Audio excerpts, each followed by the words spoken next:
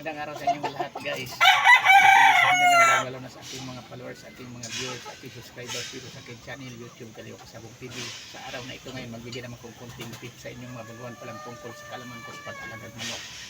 Bago ko ipagpatuloy kasabong, ito pala, pakilala ko sa inyo, ito siya. Ano pala ito?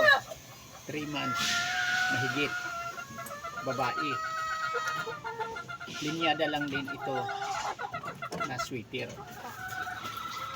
Dito pala sa pag-alaga natin ng mga manok, kahit anong bigay natin ng pagkain, mayroon na ilan-ilan na lumalabas nga hindi talaga gumanda ang pangatawan. Ninipis lang, medyo payatin lang. Ibig sabihin yan, may problema pala yan. Kasi napatunayan ko na yan. Kasi sa katagal ko nang nagmamanok, try ko talaga yan na pinabuksan ko ang katawan sa alaga ko ng manok na hindi tumataba. Kung napurga mo na yan, wala siyang sakit, walang sipon, tapos hindi siya ganadong kumain, tapos lagi lang manipis ang katawan niya, hindi talaga gumanda ang pangatawan niya, reject na talaga pala yan. Kasi nasubukan ko yan at pinapabuksan ko. Ang problema doon sa tinawag og lamang loob, yung tinawag mga bituka, sobrang liit na liit, pati yung tinawag og balon-balunan, super liit talaga, parang bituka lang ng sisiw kahit istag na siya. Kaya hindi talaga gumanda ang katawan kahit anong vitamins mo, pagkain, saka purga, tapos wala namang sakit, walang sipon, walang halak, tapos hindi gumaganda ang katawan. Yan ang kadahilanan yan. Kaya ang mga manok ko ngayon, kung makaranas ko ulit ng mga ganyan, nireject ko na rin yan. Kasi wala nang ibang solusyon. Kasi nasubukan ko na. Kasi nagtaka ako noon na bakit hindi siya ganadong kumain. Pinorga ko na, wala namang sipon, walang mga sakit-sakit. Yun pala, doon nagka-problema dahil kukunti lang ang makain niya, dahil ang liit, sobrang liit, super liit ang kanyang mga lamang loob, bituka. Mayroon palang manok na gano'n. Ibig sabihin yan, inborn din yan.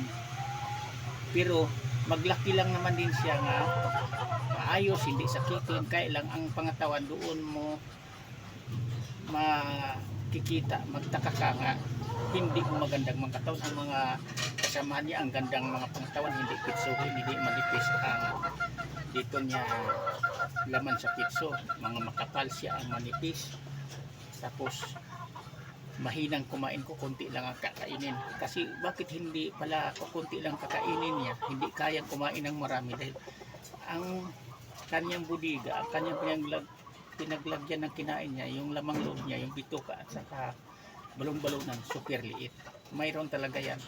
Masubukan nyo yan, parang maniwala kayo sa aking mga kwento dito sa aking content video dito sa aking channel YouTube Kaliwa Kasabong TV. Kung makaranas kayo manok niyan, purgahin nyo muna kung walang sipon, tapos ngayon kung hindi magbago ang pangatawan, manipis pa rin, mahinang kumain, buksan nyo yan.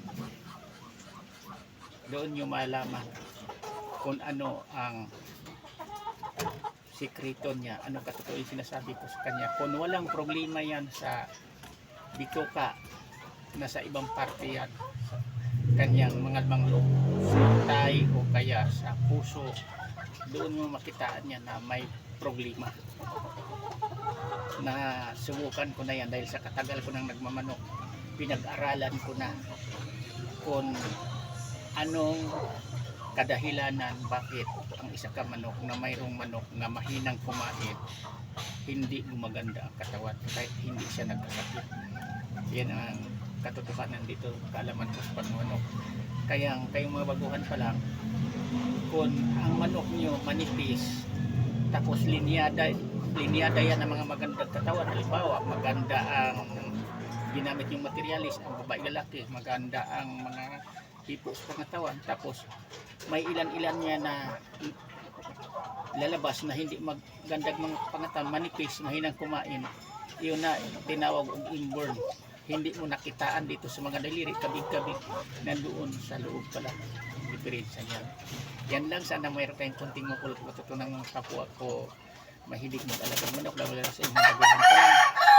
Sa hindi pa pala nakasubscribe sa aking channel, paki-subscribe din para updated kayo sa gagawin kong mga content video araw-araw, at saka paki-share na lang din para sa pag-share nyo maibahagi din natin sa ating mga kapwa mag-alagang manok, parang makakuha nilang konting idea, konting kaalaman man lang sa pamagitan sa pagpanood din sa aking mga content video. Malaking tulong na yan sa akin, at saka malaking tulong na rin yan sa ating mga kapwa magmamanok sa pag-share nyo sa aking mga content video.